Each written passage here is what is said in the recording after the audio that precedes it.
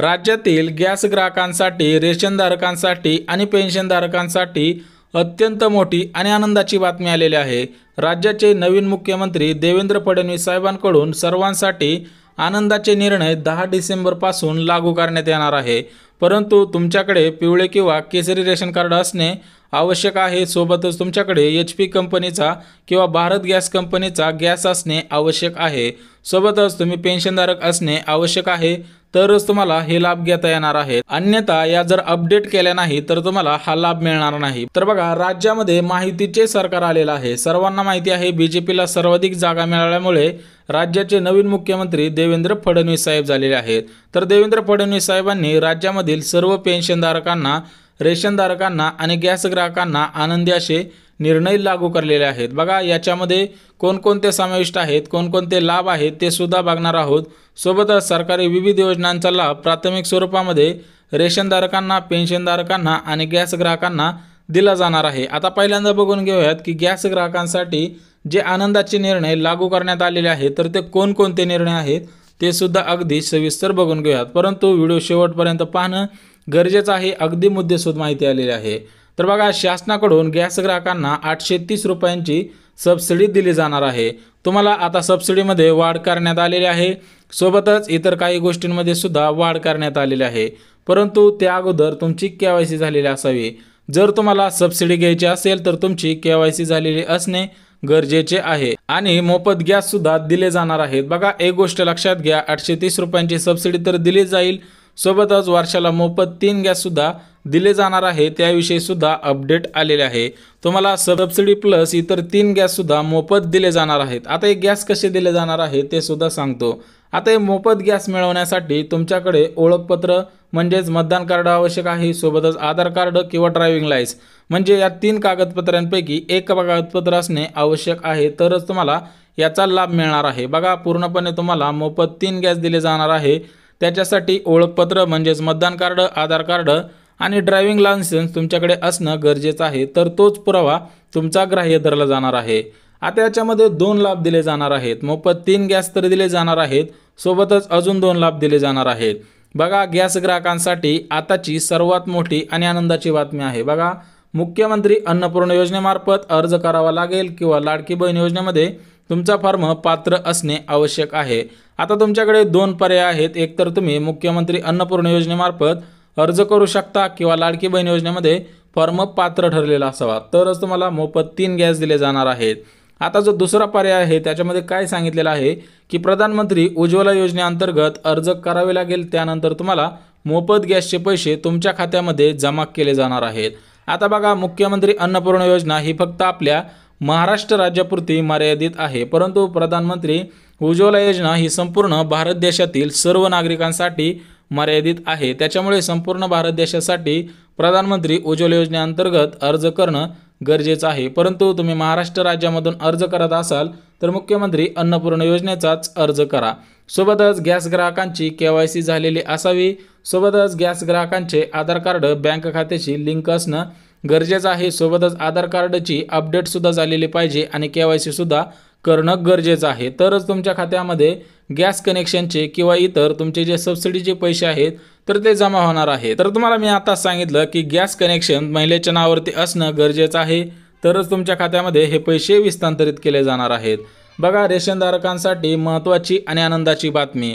आता पहिल्यांदा आपण गॅस ग्राहकांसाठी बघितलं तर दुसरी बातमी आहे तर ती रेशनधारकांसाठी आहे। तर बघा, राज्यामध्ये बहुतांश प्रमाणामध्ये नागरिकांकडे रेशन कार्ड आहेत। आता ज्यांच्याकडे पिवळे रेशन कार्ड, केसरी रेशन कार्ड आहे तर त्यांनी हा व्हिडिओ शेवटपर्यंत पाहायचा आहे। पांढऱ्या रेशन कार्डसाठी हा लाभ नाही, त्याच्यामुळे त्यांचा वेळ सुद्धा मी वाया घालवणार नाही, कुठेतरी त्यांना आशेवरती ठेवून व्हिडिओ बघण्यास मजबूर सुद्धा करणार नाही। तुमच्याकडे पिवळे केसरी रेशन कार्ड असेल तरच व्हिडिओ पूर्ण पहा, त्याच्यामुळे महत्त्वपूर्ण अशा अपडेट आलेले आहेत। बघा, राज्यामध्ये माहितीचे सरकार आल्यामुळे राज्यांमधील पिवळे आणि केसरी रेशनधारकांना त्यांच्या रेशन कार्डवरती आनंदी निर्णय लागू करण्यात आलेले आहेत। बघा, माहितीचं सरकार संपूर्ण महाराष्ट्र राज्यामध्ये आलेलं आहे। नवीन मुख्यमंत्री म्हणून देवेंद्र फडणवीस यांचा चेहरा सुद्धा दिसत आहे।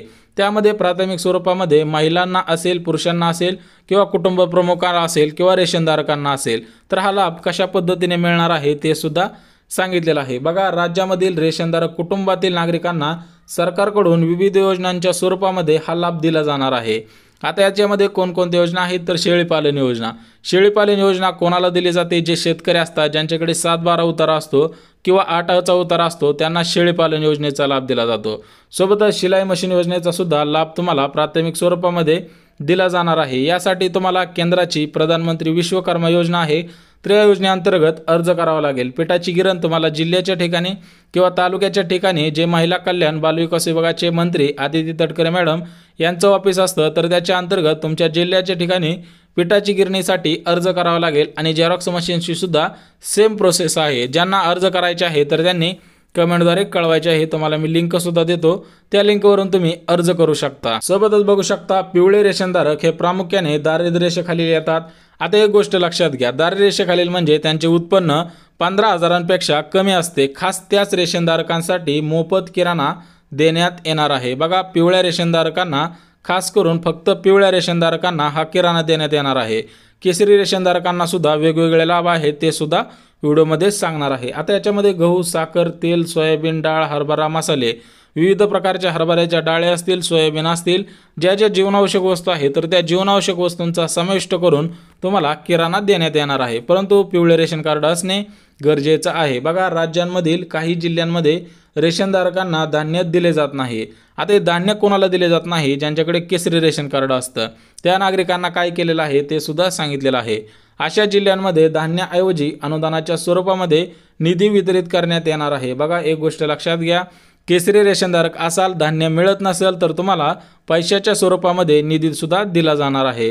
परंतु घरामधील जेवढे पण सदस्य असतील तर त्यांना आधार कार्ड घेऊन रेशन कार्ड दुकानामध्ये जाऊन त्यांची KYC करणं गरजेचं आहे। त्यानंतरच सर्वांच्या नावाने पैसे मिळणार आहे। जशा पद्धतीने पिवळ्या रेशनधारकांना सर्वांच्या नावाने घरामधील जेवढे पण सदस्य आहेत त्यांच्या नावाने धान्य भेटते, तशाच पद्धतीने तुम्हाला पैसे मिळणार आहेत। परंतु या सर्व योजनांचा आणि या निधीचा लाभ घेण्यासाठी तुमचे रेशन कार्ड अपडेट असले पाहिजे। बघा, महत्त्वपूर्ण असा मुद्दा आहे, तुमचे रेशन कार्ड अपडेट असेल तरच तुमच्यावरती हे लाभ लागू शकतात, अन्यथा तुम्हाला याच्यामधून रद्द करण्यात येईल। बघा, सोबतच KYC सुद्धा केलेले असावे आणि त्याच्याशी आधार कार्ड लिंक असावे तरच लाभ घेता येईल। म्हणजेच आपल्या रेशन कार्डशी आधार कार्ड लिंक पाहिजे, सोबतच रेशन कार्ड अपडेट पाहिजे, म्हणजे त्याची KYC झालेली असावी तरच तुम्हाला हे लाभ घेता येणार आहेत। अगदी मुद्देसूद माहिती असते, त्याच्यामुळे व्हिडिओ शेवटपर्यंत पाहणं गरजेचं असतं। आता त्याच्याच पुढे बघू शकता पेन्शनधारकांसाठी आनंदाचे निर्णय।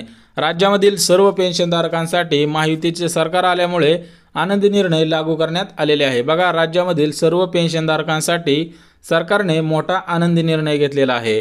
आता राज्यामध्ये बहुतांश भागांमध्ये भरपूर पेन्शनधारक आहेत, परंतु पेन्शनधारकांपर्यंत या अपडेट पोहोचत नाही। त्याच्यामुळे आपण आपल्या चॅनलच्या माध्यमातून सर्व माहिती त्यांच्यापर्यंत पोहोचवत असतो। आता पेन्शनधारकांना कोणता लाभ दिला जाणार आहे तर सर्व पेन्शनधारकांची राशी वाढवण्यात येणार आहे। बघा, जर तुम्हाला 10,000 रुपये पेन्शन मिळत असेल तर सरासरी 1 ते 2% त्याच्यामध्ये वाढ करण्यात येईल। जर सरकारला वाटलं तर 3 ते 4% सुद्धा वाढ करण्यात येईल। यामध्ये 60 ते 80 वय असलेले पेन्शनधारक, म्हणजेच पेन्शनधारकांचं वय 60 वर्ष पूर्ण पाहिजे किंवा 80 वर्षांच्या थोडंफार पुढे असेल तरी पण चालू शकेल, अन्यथा तुम्हाला याचा लाभ घेता येणार नाही।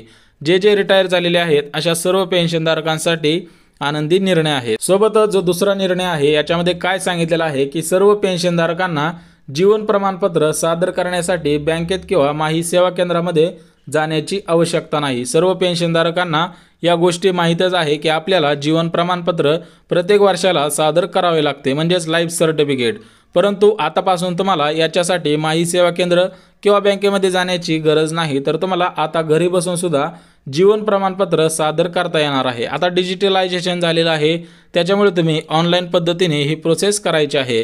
ज्यांना करायची असेल तर त्यांना कमेंटमध्ये मी सांगतो कशा पद्धतीने करायचे, परंतु व्हिडिओमध्ये सांगतो, सर्वांना कळेल। एकतर तुम्ही मोबाईलचे व्हिडिओ कॉलच्या आधारावरती आपलं जीवन प्रमाणपत्र सादर करू शकता किंवा तुम्ही फोटो जरी सोडला तरी त्याच्या आधारावरती सुद्धा होऊ शकतं। सोबतच पेन्शनधारकांना आरोग्य विम्यामध्ये विशेष सवलत देण्याचा निर्णय घेतलेला आहे, म्हणजेच तुम्हाला आरोग्यामध्ये काही बदल करण्याची आवश्यकता वाटल्यास तुम्हाला फ्रीमध्ये मोफत उपचार सुद्धा दिले जाणार आहे। त्यामुळे पेन्शनधारकांचे जीवनमान सुधारेल आणि त्यांची बचत सुद्धा होईल। या दृष्टिकोनातून माहिती सरकारने हा निर्णय घेतलेला आहे। सोबतच तुम्हाला मोफत उपचाराविषयी सुद्धा महत्त्वपूर्ण असे निर्णय घेण्यात येणार आहे, त्याच्याविषयी सुद्धा अपडेट येणार आहे, त्यामुळे तुम्ही सुद्धा चॅनलला सबस्क्राईब करून ठेवायचं आहे।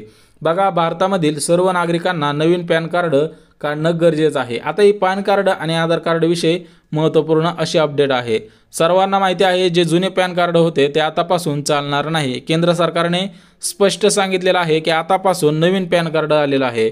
बघा, जर तुम्ही जुने पॅन कार्ड तसेच ठेवले आणि नवीन पॅन कार्ड काढले नाही तर तुम्हाला दिले जाणारे सरकारी लाभ जेवढे पण तुम्हाला लाभ मिळत असतील, संजय गांधी निराधार योजना आहे, श्रावणबाळ योजना आहे, इतर सरकारच्या जेवढ्या पण योजना असतील तर त्यांचा लाभ दिला जाणार नाही। कारण तुमच्या पॅन कार्ड आणि आधार कार्डच्या आधारावरतीच तुम्हाला हे लाभ सरकार देत असतं। बघा, सर्वात महत्त्वाचा मुद्दा आहे, आधार कार्ड आणि पॅन कार्ड नवनवीन काढणं गरजेचं का असतं, तर ही सर्व रक्कम तुमच्या आधार कार्ड आणि पॅन कार्डच्या आधारावरती दिली जात असते। गव्हर्नमेंटकडे तुमचा सगळा डाटा असतो, त्या आधार कार्ड आणि पॅन कार्डच्या आधारावरतीच चेक केला जात असतो। तर आता तुम्हाला काय करायचं आहे, तर आतापासून पॅन 2.0 आलेले आहे, म्हणजेच पॅन कार्ड 2.0 आलेले आहे। जे जुने पॅन कार्ड होते ते आतापासून बंद केले जाणार आहे। बघा, सर्व नागरिकांना या आधारावरतीच लाभ घेता येणार आहे, त्यामुळे लवकरात लवकर हे काढणे गरजेचं आहे, अन्यथा तुमचे नाव सुद्धा या योजनेमधून कमी होऊ शकते। म्हणजेच तुम्हाला सध्याच्या स्थितीला कोणती जर योजना भेटत असेल तर त्या योजनेमधून तुमचं नाव कमी होऊ शकतं।